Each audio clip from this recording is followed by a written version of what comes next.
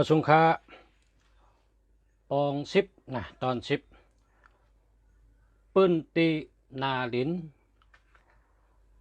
ซุนบูตอนสิบซุนจือรัดว่านาลินแสกเป็นหกเปิงปื้นตีง่ายเจอปื้นตีลมเจอปื้นตีกว่าง่ายมาง่ายปื้นตีนงเนียวปื้นตีนงเหนียวปื้นตี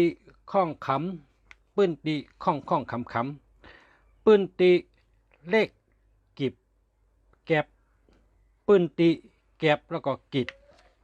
ปื้นตีสูงปื้นตีจันปื้นตีห่างไกลนะครับมีไว้6ติ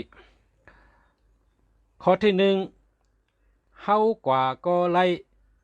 มันกว่าก็ไล่อันในห้องว่าปื้นตีง่ายเจอปื้นตีลมเจอปื้นตีง่ายเจอในปึดยื้อตีสูงปึดปางลงแรงอ่อนตั้งก่อนเสหักษาเส้นตั้งเขานำตั้งกินตึกกันก็เป้ไรง่ายค่ะตึกกันก็เป้ไรง่ายข้อที่2ออกกว่าก็ง่ายออกกาง่ายเข้าขึ้นซ้ำหยาบออกกว่าง่ายเข้าขึ้นซ้ำหยาบอันในห้องว่าปื้นที่นงเหนียวปื้นที่นงเหนียวนะปื้นที่นงเหนียวในปอผู้เขียนอ่ำตันห่างแฮนตูเข้าออกตึกก็เป้ได้ง่ายอยู่ก้วยกะปอผู้เขียนหู้ตันหู้ตูห่างแฮนตูแลเข้าตึกเป้มันจึงเข้าตึกอ่ำเป้มันจึงพอเข้าเตถอยขึ้นเตโหนหลังขึ้นหู้เตหยาบเป็นพรจ้าลงเยา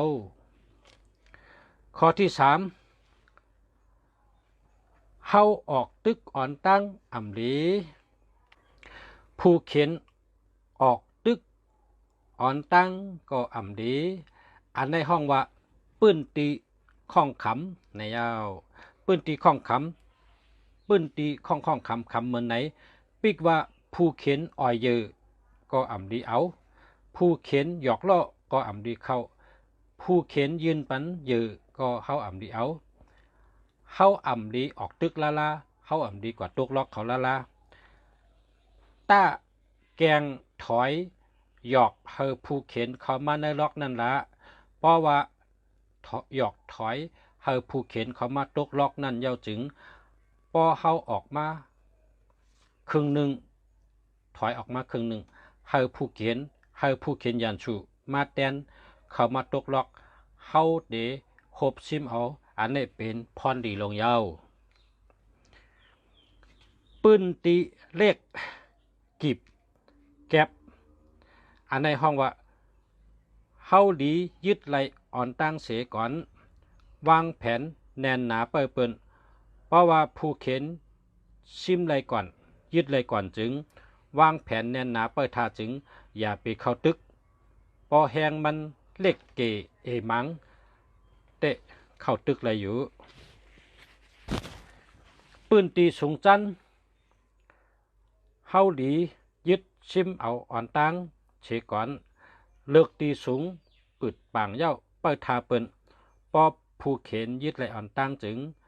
เฮาหลู่ถอยปันมันเย้าปอผู้เข็นห่างไกลปอผู้เข็นห่างไกลแห้ง2ภายก็กึ่งกลางกันตักหยับตอนตาได้ตึกก็อำเป็นพ่อนดีตาเฮาค่ะ6เปิงในเป็นหลักการกับกายลอยปื้นตีนาลิ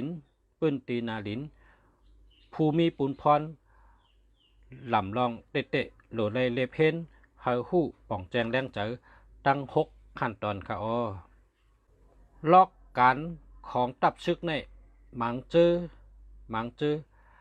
อ่ำเจอย้อนผ้าผลเกิดเป็นจางเป็นย้อนตั้งพิษผู้กอนซึกผู้กอนตับกวยตั้งพิษผู้กอนตับผู้กอนซึกมี6 เมลอันนี้เลเพนเฮาฮู้ แจงแรงตาข้อที่หนึ่งแห้งก้ำกึ่งกลางเอาหนึ่งเฮากว่าตึก10เปิ้นหู้เตได้ไปข้อที่สองกวนซึกแก่นแข็ง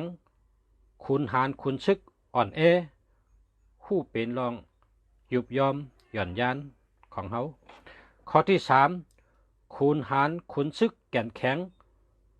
กวนซึกอ่อนแออันนี้ก็เป็นเรื่องเศร้าหมองข้อที่สี่ขุนหารขุนซึกจะลำง่ายต่อสายใหญ่เจอปิดเจอแก้มปทบผู้เขียนผู้ก้อนตับ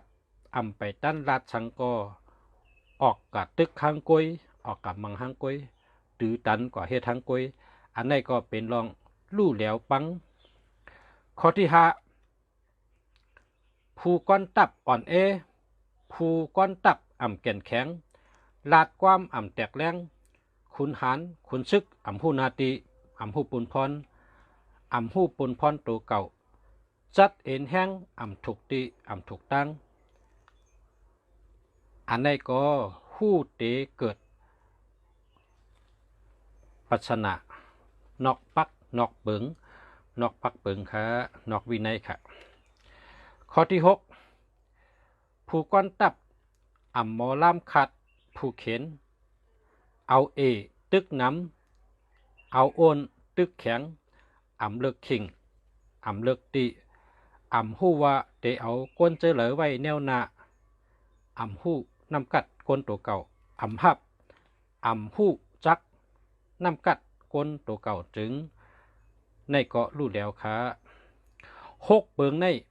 เป็นเส้นตั้งก้านของตับซึกเป็นนาตีปูนพรอันลำลองผู้ก้อนซึกผู้ยิบซึกเขาลู่ไล่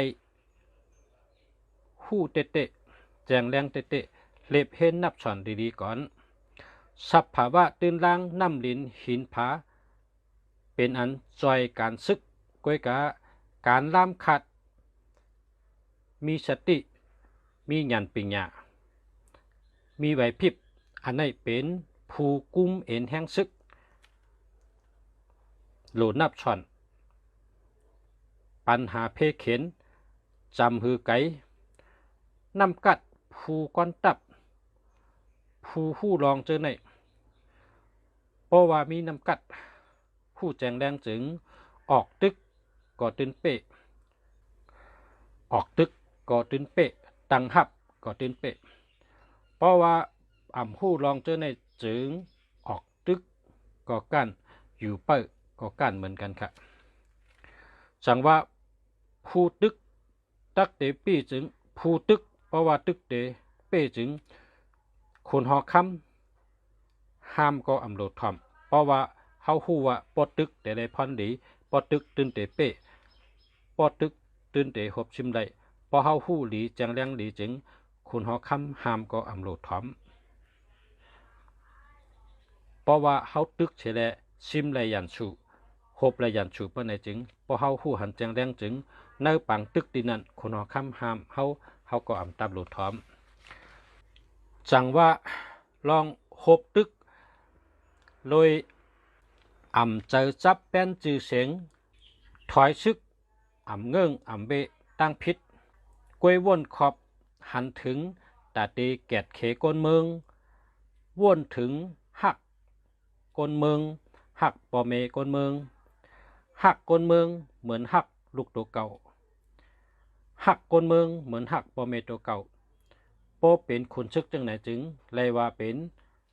คนซึกแสงกึ่งเมืองในเย้าหักเหนือลูกซึกหักแป้งเหนือลูกซึกมีเจอตาลาเพ่งเป้งหักเหนือก็ซึกตัวเก่าลูกซึกตั้งหลายคนซึกตั้งหลายก็เตะคามห้อยขึ้นร้อยไต่ชั้นจอมหลังเจ้าเก่าเพราะเจ้าเก่าเอาเจอเฉยเนื้อเขาเหมือนลูกตัวเก่าหักเขาเหมือนลูกตัวเก่าจึงเขาเตะโฮมตุกโฮมเกี่ยวโฮมเปียวโฮมริบโฮมตายจอมเจ้าเก่าหลูไลอ่อมต้อมหักเขาหลูไลหมอมีสติญาณปัญญาสติวิริยะอยู่จอมศีลธรรมหักเขา เจอทำหักเขากวยกาออมต้อม